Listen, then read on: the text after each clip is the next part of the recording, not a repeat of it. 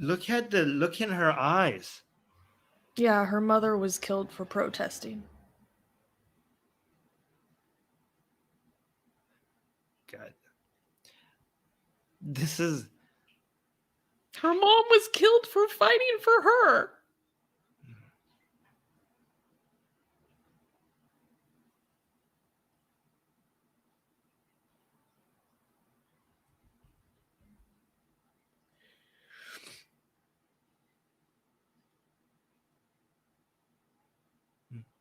the commentary on this by a lot of people are saying like this is what the Iranian regime is answerable to, and they're saying a lot of people are interpreting a look like this as like this is the look that the regime needs to be afraid of. These are the faces of people who are not going to take it anymore.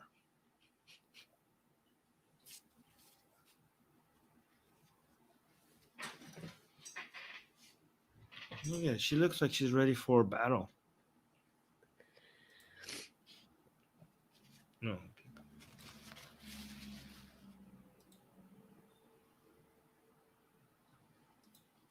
Yeah, exactly. Darko is saying it's a look of determination. It's a look like I have nothing else to lose. You have taken the dearest thing away from me. So what else can you take away from me? It's also a look that says I'm coming for you, honestly. Like if I Yeah. like these yeah. She looks like Joan of Arc. Yeah. All right. Is there anything else you want me to show?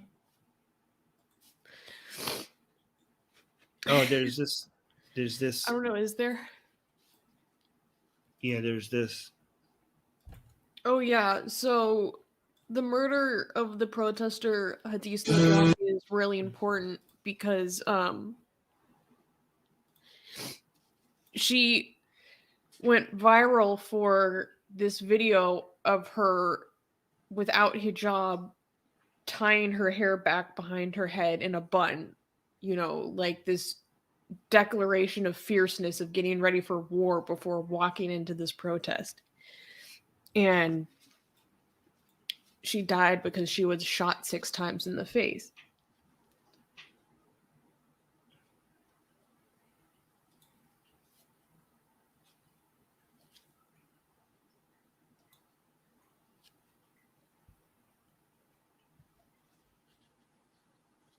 Yeah. Okay.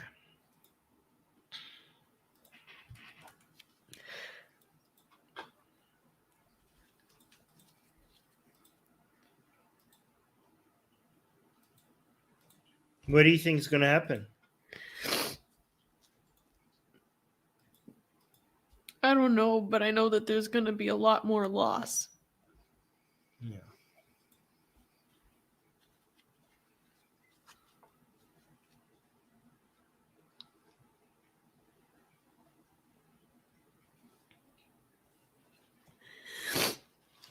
A lot more tears from people that deserve so much better.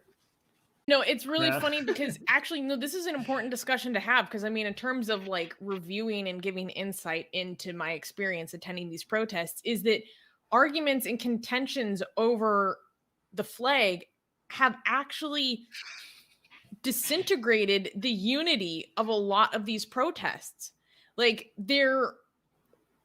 people are become very sensitive about what flag you show during these protests to the extent that it actually destroys the ability for them to move forward.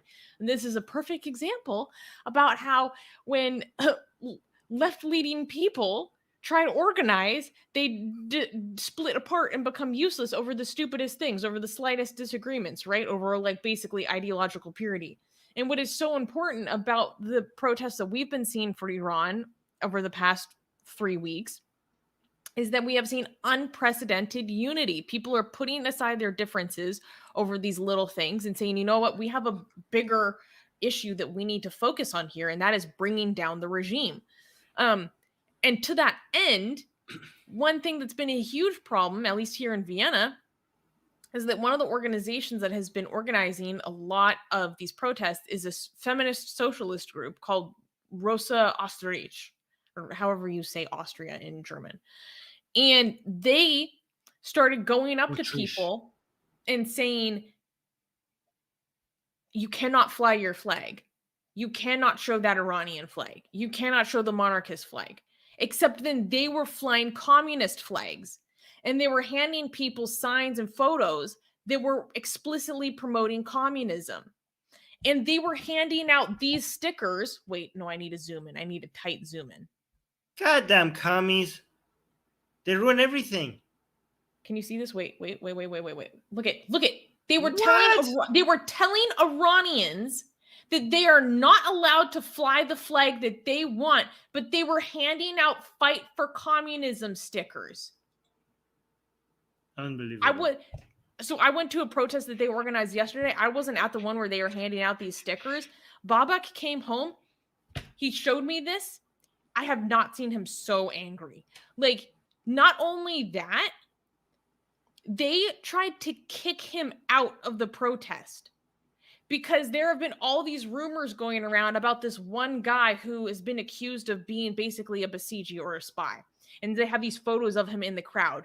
And they said, look, they were holding up a photo and they're looking at Babak. They're like, look, this is you. You're one of them, blah, blah, blah. And they started manhandling him and trying to kick him out of the protest. And then people were like, whoa. I don't know who the hell you think you are, because Babak has been doing this for a long time. Yeah. He's been organizing for a long time. He has a high degree of respect and reputation within this community. You guys are new to this. You don't know who the fuck he is. So how dare you try to kick him out on an accusation that he's working for the regime in front of his community, saying that you're crazy. A spy and you don't know who he is and what he's been doing and how much he's contributed to what you're now just getting interested in for the sake of promoting your own agenda. So a lot of people here have started to get really angry because it's become clear to them that when these lefties organize for the sake of free Iran, it's not really for the sake of free Iran, because then they say, oh no, you can't show this, you can't show that. They have the nerve to tell Iranians at a moment like this how to express themselves. Are you fucking kidding me? The whole reason, like, why Iranians are in the street is for free expression. And then in a country where they came to flee for their lives, you now have the nerve to dictate how they express how they would like their future representative government to be? Like, come on. But then it's okay when people are flying flags for Kurdish communist organizations or international socialist alternative. Like, it's disgusting. And after that happened, Babak had a ton of people from his community messaging him outraged, like railing this organization for the way that they are just like bald-faced trying to appropriate what they're fighting for. And what I find really interesting is that within Iran, we are seeing an amazing showing of just multi-ethnic unity, right? Like people not buying into propaganda that this is about cessationism, like not buying into separatist insurgents propaganda from the regime, not buying into racist narratives and saying we're all Iranians. Kurdistan is our heart, like Baluchistan is our eyes, like we are all together, right? We're not going to let you fearmonger about splitting of borders or anything to try to disintegrate our movement. They are de-emphasizing the importance of racial or ethnic identity, right? For the sake of a liberatory, more like national, civic nationalism identity, right? But what I see from people on the outside is a lot of people in Western circles who have spent their whole time in the West, you know, whatever that means, they are putting a ton of emphasis on the Kurdish angle of things, which I think is super interesting. They're putting more emphasis on Mahsa's Kurdish identity than Mahsa's own family is. Like Mahsa's family is like, she's Iranian. You know, yes, she has a Kurdish ethnicity, but she's an Iranian woman. But people on the outside that I've noticed in many protests, especially from these commies, and other people who harp on and on about Western imperialism, they make I've seen essentially like a competition over how much we can talk about, how much we can like defer to Kurdistan. Like, I've seen people posting basically like, if you don't call her Gina Amini, you are erasing her Kurdish identity and you're disgusting. You don't care about Kurdish people at all because you're using the name that the farce name that she's forced to use by the government, blah, blah, blah. And Oh I'm my like, a lot God. of people don't know her given name is Gina. Like, calm the fuck down. Is that what you're gonna like bite at people's hands at when they're doing their best to raise awareness about a situation? I find it so interesting that it's people outside of Iran who are putting such an emphasis on that angle when it's the people that were born and raised there, the people that are still there that are like, no, that's it doesn't matter. I mean, it in some ways it does like matter that she's Kurdish because we do care about how they are mistreated, but that's not what we're emphasizing for the sake of. How Yeah. fucking embarrassing is it that Iranian state media is coming forth and being like, guys, they're saying, guys, this is the most you can interpret from this statement. This this enforcement is under a different branch of government. That's the most you can interpret. It's shameful. It's absolutely shameful. And here's what drives me crazy is that people might not understand why this is significant or why this is such a big deal or why this is such a big screw up.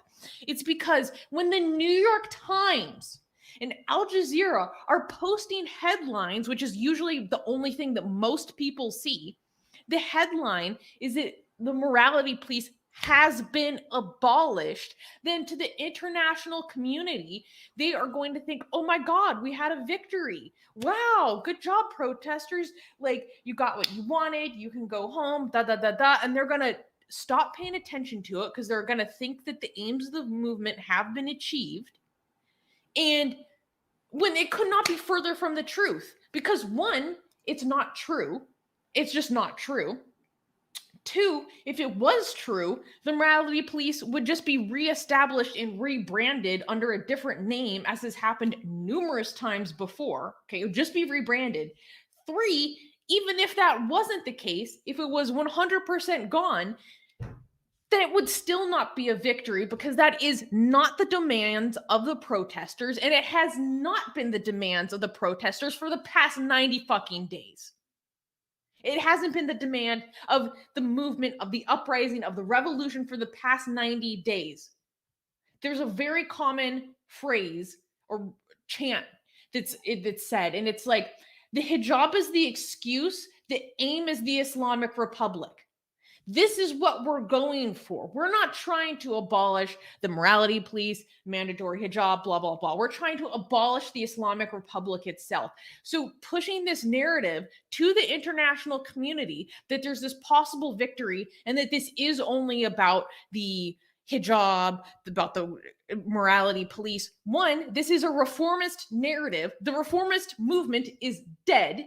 Okay, that's not what people want. I just saw Armin reacting like, oh my God, Susanna's going off. The other thing is, oh my God, when the international community has the impression that there has been this victory, which it isn't, then they are going to stop paying attention. And this is so insidious because because the international community driven by the fury of and sheer force of the diaspora that has had their energy and pressure on the freaking neck of the regime, like just destroying and cutting through their soft power left and right. So this is an attempt to gain that soft power back. To be like, oh, look, we got what we want. Okay, any continued interference or support, that's interfering with the, international or national sovereignty, blah, blah, blah, blah. Okay. It drives me insane. Even if what this guy said was true, he's not even in a position of power over the necessary the relevant branches of government. He's not even someone who makes this decision. So they took this one statement, one vague and inconclusive statement from one official to say it has been abolished. The New York Times? Bisharaf! This abject barbarism. May my rage never die. May I never forget the beauty of the people lifting their voices for liberty.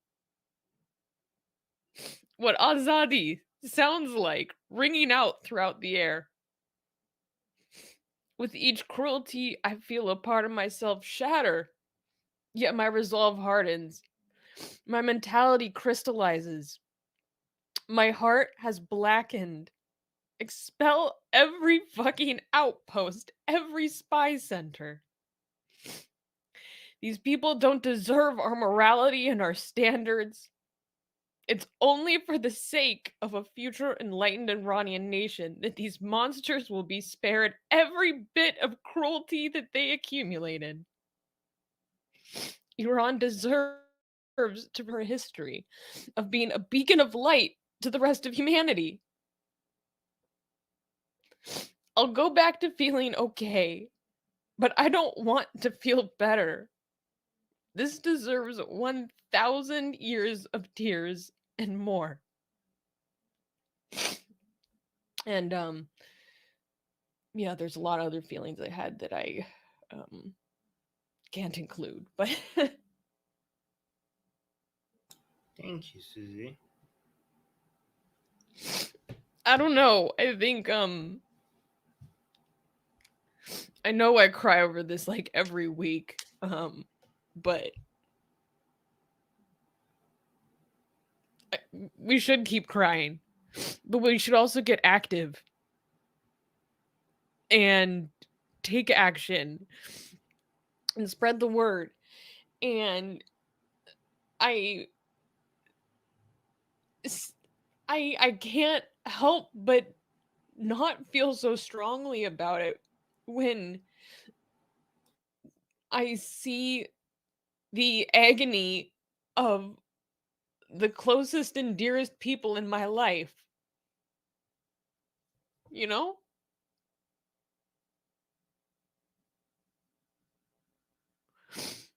When they say, I had to flee my homeland with nothing more than what I could carry. They've already taken everything from me. So I'm gonna fight until the end.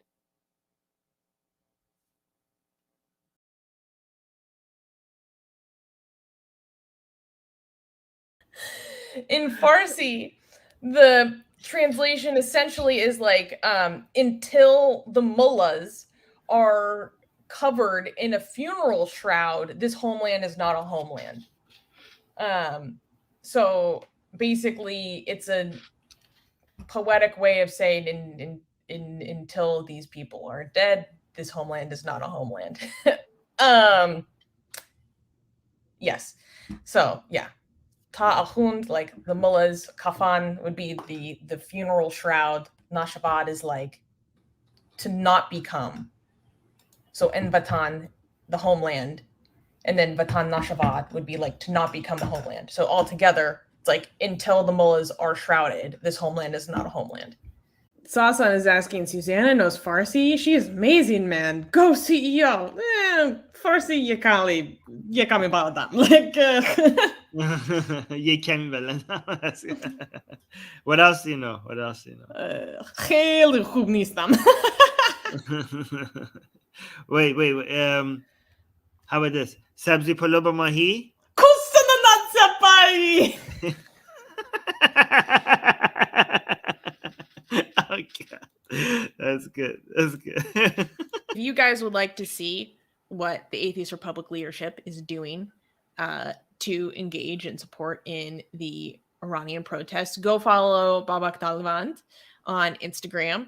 And he has, if you scroll down, every time we go to a protest or anything, he makes these amazing edits and reels of everything that happened at the protest. So I think it's such a cool way to see how like people are getting involved, and it's also very creative and extremely well done. So it's a lot of fun. So make sure to go follow him and check it out, and you can see what we're doing, what it looks like, what it feels to be there, and make sure to look for protests and demonstrations within your own city or your country, because it does mean a lot to people to see non-Iranians engaging in these protests and seeing that they care. Like, people are so nice to me when I attend, because they're not used to seeing like non-Iranian people showing up and actually caring, and it really touches my heart. Like, in it, I want them to see that it's not like just me. I want to see how large the support really is. People are so sweet to me yesterday. Like, many people don't necessarily speak English. I mean, because it's not an English speaking country. And yesterday there was this lady who's really nice to me, and then her daughter spoke a little bit of English, and they're like, "Oh, you're American? Oh my gosh, wow!" And then she said to me as best she can, she's like, "When Iran is free, like, you should come with us home." Oh, that's so sweet. That's beautiful. Yeah, and it also made me really emotional, because it's just like there's so many people that just want to go home. No. And it's amazing to see like how hard they're fighting from outside, and it's so important, because the power of the diaspora is a huge reason why this is getting the attention it's getting. It's because of Iranians outside of Iran who are screaming at the top of their lungs that it's getting attention. And yeah, I know that it matters a lot to them, and they really want what's best for where they're from. You're telling me Armin's tactic is shock and awe? Color me surprised. You're telling me his tactic is provocation and controversy? Oh my God, who would have thought? Oh my God. All right. Guilty. That's guilty. why I love you. That's why I joined Atheist Republic. I love you too. That actually is why. Right. When I discovered Atheist Republic, I was like, you know what? This guy, like, I always admired you for your willingness to tell what you believe is true, even if it comes at a cost. Because I know at the time in my life, I knew so many people who were more willing to remain popular than say what was right. And so that's something I've always admired about you. Oh, thank you. Oh, look at this guy for saying I love you both. Well, thank you. All right. Can we clap for the next news? Yes, we are done with all of our kind of bummer news, and now it's just nonsense. It's hilarious, strange, surprising. Okay. Good. Okay, so we're clapping. Yes. Next news. Why a Muslim set a mosque on fire to protest homelessness.